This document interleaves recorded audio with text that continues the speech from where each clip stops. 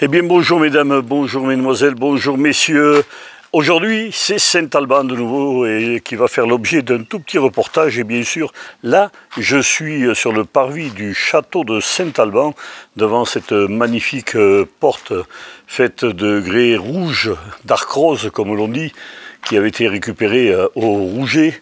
Eh bien, nous allons pénétrer, aller voir deux expositions de peinture qui vont très certainement se dire. On va rentrer dans la cour italienne, du château de Saint-Alban.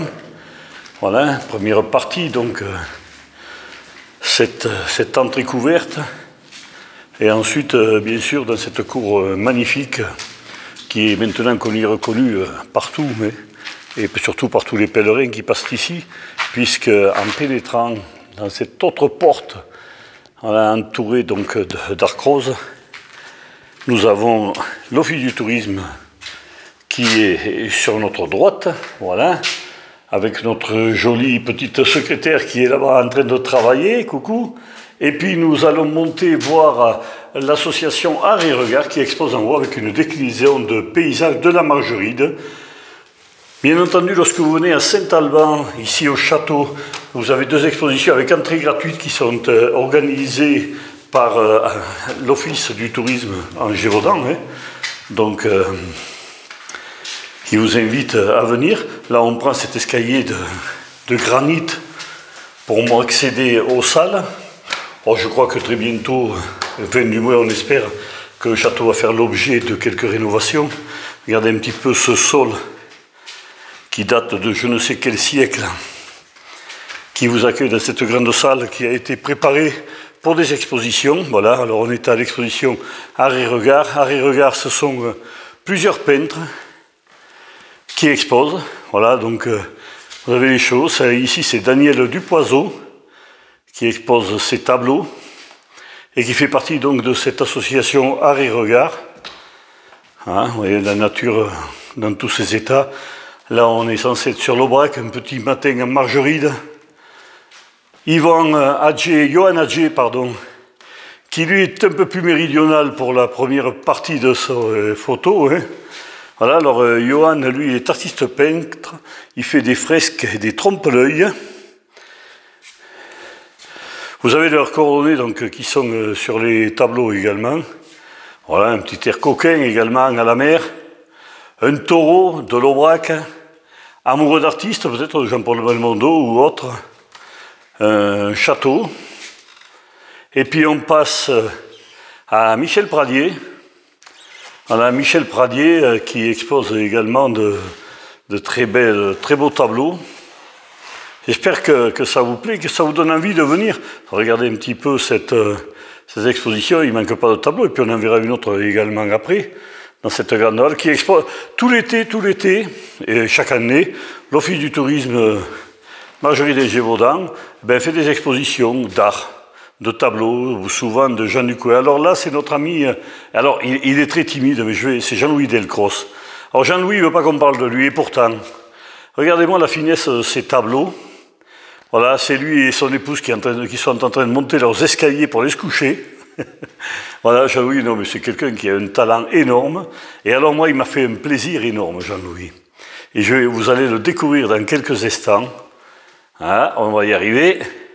Alors regardez ces tableaux, moi je trouve qu'il a un talent énorme. Et il n'avait pas que ce talent parce qu'il était capable de faire ça. Et ça me tient, je l'ai dans le cœur, puisque ce sont mes chaussures de clown qu'il m'avait offertes. Alors un jour, pour toute l'anecdote, j'avais fait un spectacle de clown à Fournel pour les enfants, et c'était dans mes débuts, et je n'avais pas de chaussures de clown. Une paire de chaussures de clown, à l'époque, ça coûtait 3000 francs, et je n'avais pas 3000 francs à mettre à des chaussures. Eh bien, il m'a fait ce plaisir, il était alors, à l'époque, maire d'Albaré-le-Comtal, et surtout fabricant de chaussures, donc orthopédiques. Et il m'a fait ce plaisir, il m'a fait venir à son usine, il m'a pris les dimensions des pieds, il m'a fait des sabots en bois d'abord, et puis il m'a fait fabriquer cette paire de chaussures qu'il a peintes là, sur ce tableau. Alors bien sûr, ça me tient à cœur, elles sont magnifiques, elles sont telles qu'elles sont là. Et récemment, il me les a réparées. Alors, elles n'ont plus Voilà, les semelles rouges sont des semelles bleues maintenant, mais c'est pas grave, hein, c'est exactement mes chaussures donc qu'il m'a fabriquées et dont je suis hyper fier et que je mets avec un grand plaisir lorsque je fais mes spectacles de clown. Merci encore à Jean-Louis Delcros. Alors Jean-Louis Delcros, ce n'est pas que ces 4 tableaux qui sont là, hein. C'est énormément, une grande. Il pourrait à lui seul faire une exposition de peinture. Moi, je trouve qu'il c'est vraiment du talent. Voilà, merci Jean-Louis d'être venu. Alors c'est sa première fois, hein. C'est la première fois qu'il montre ses tableaux au public. D'habitude, c'était plutôt réservé aux copains, à la famille. Et là, pour une fois, grâce à Art et Regard et à l'Office du tourisme de Saint-Alban, ben voilà, il expose. Alors là, ici, c'est Marc Dubois.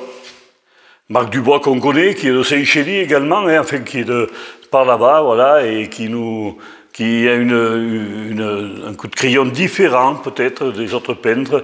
C'est le cyanotype. Je vais y arriver. Cyanotype. Voilà, c'est une technique photographique monochrome qui a été découverte en 1842 par un Anglais, j'ai l'impression par un Britannique, voilà. Un scientifique et astronome britannique. Le procédé utilise un mélange de citrate d'ammonium féerique et de ferrisignature de potassium couché sur support. Bon, voilà, après il faut l'exposer aux ultraviolets, soit au soleil, soit en chambre sous lumière noire, et les projeter dans l'eau, ce qui révèle l'image. Alors moi, ça me rappelle un petit peu quand on faisait des photos, quand on était jeune, on avait récupéré chez un photographe des vieux papiers photos, et alors on faisait des trucs un peu comme ça, on le faisait revenir comme ça au soleil. Voilà, ça me rappelle un petit peu ça, c'est peut-être ça. Voilà, Marc Dubois, pour ceux qui ne le connaissent pas, c'est lui. Et venez découvrir donc ces œuvres différentes, je vous le dis bien, des autres œuvres ici. Alors je passe vite pour que vous preniez le temps de vous venir de voir ces expositions. Ah, c'est très joli, hein, 2 poires qui s'aiment. Et j'espère que vous allez venir donc découvrir ces expositions. Et on va terminer avec Michel Pradier, hein, de nouveau un autre peintre d'art et regard,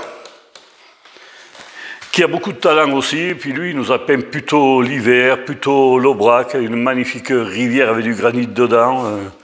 Voilà les rivières de chez nous. Voilà, très joli tableau. Donc merci à tous ces peintres. Je vous fais un petit tour et puis nous allons descendre dans la salle qui se trouve au rez-de-chaussée pour aller voir la deuxième exposition.